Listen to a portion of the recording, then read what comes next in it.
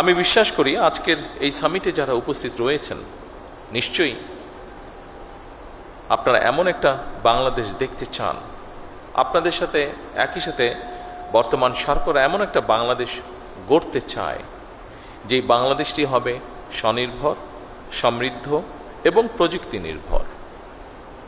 এই সম্মেলনের মাধ্যমে আমরা বর্তমান এবং ভবিষ্যৎ প্রজন্মের সামনে আমাদের সর্বোচ্চ যে চেষ্টা সেটা হচ্ছে একটা মেধা ভিত্তিক বাংলাদেশের সম্ভাবনার বার্তাটা পৌঁছে দেওয়া।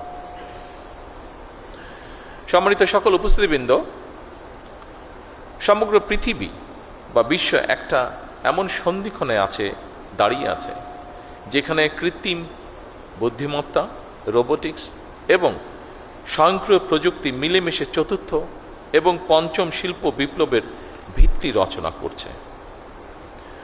কম বেশি হয়তো আমাদের একটু ধারণা আছে, বিশেষ করে আমরা যারা এই ফিল্ডে কাজ করি না, আমাদের সামগ্রিকভাবে একটি ধারণা আছে যে বর্তমানে সেমিকন্ডাক্টরটা শুধু একটা শিল্পই নয়, এটা বোধহয় খুব সম্ভবত আধুনিক সভ্যতার একটা ভিত্তি।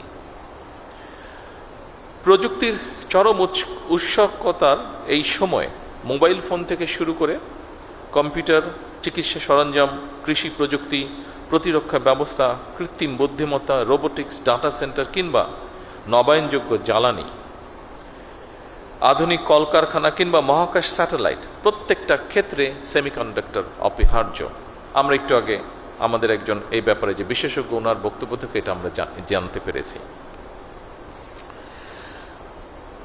উপস্থিত সুধীবৃন্দ, 2030 সালের দিকে বিশ্বে গ্লোবাল সেমিকন্ডাক্টরের বাজার $1 ট্রিলিয়ন কাছাকাছি পৌঁছবে, এরকমই যারা এই ব্যাপারে এক্সপার্ট তারা ধারণা করছেন।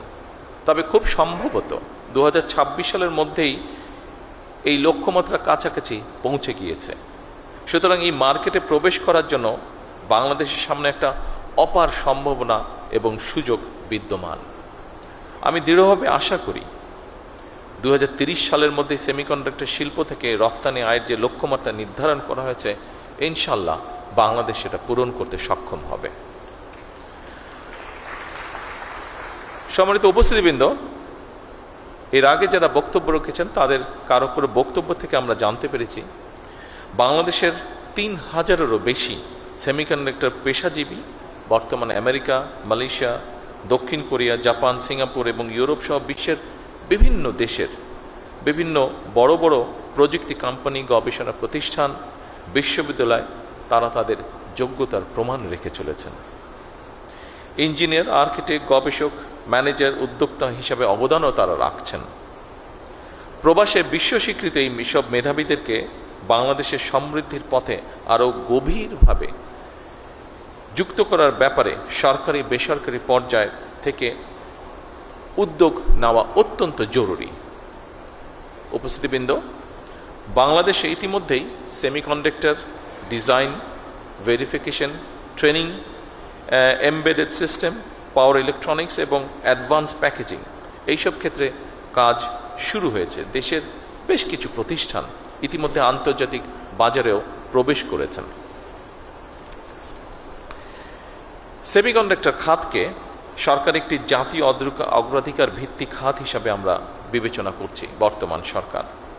তবে এই খাতের উন্নয়নে খুব সম্ভবত একক কোনো মন্ত্রণালয় বা প্রতিষ্ঠানের কাজ নয়, এটা একটা সম্মিলিত জাতীয় মিশন। এই মিশনের দায়িত্ব শুধু সরকারের নয়, একই সাথে আমি মনে করি বিশ্ববিদ্যালয়, গবেষণা প্রতিষ্ঠান, শিল্প খাত, উদ্যোক্তা এবং প্রবাসী বিশেষজ্ঞ সবার আমাদের এই দায়িত্ব।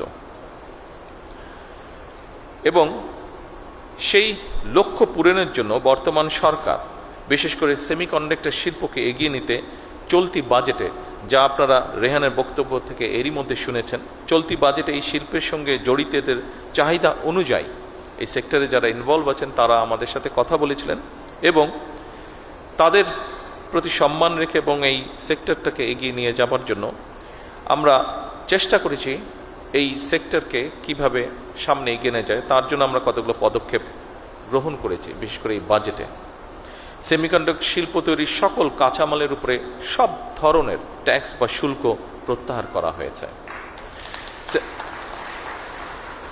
সেমিকন্ডাক্টর ডিজাইন সার্ভিসে রফতানি আয়ের উপরে নগদ ইনসেন্টিভ বা প্রণোদনা চালুর উদ্যোগও নেওয়া হয়েছে।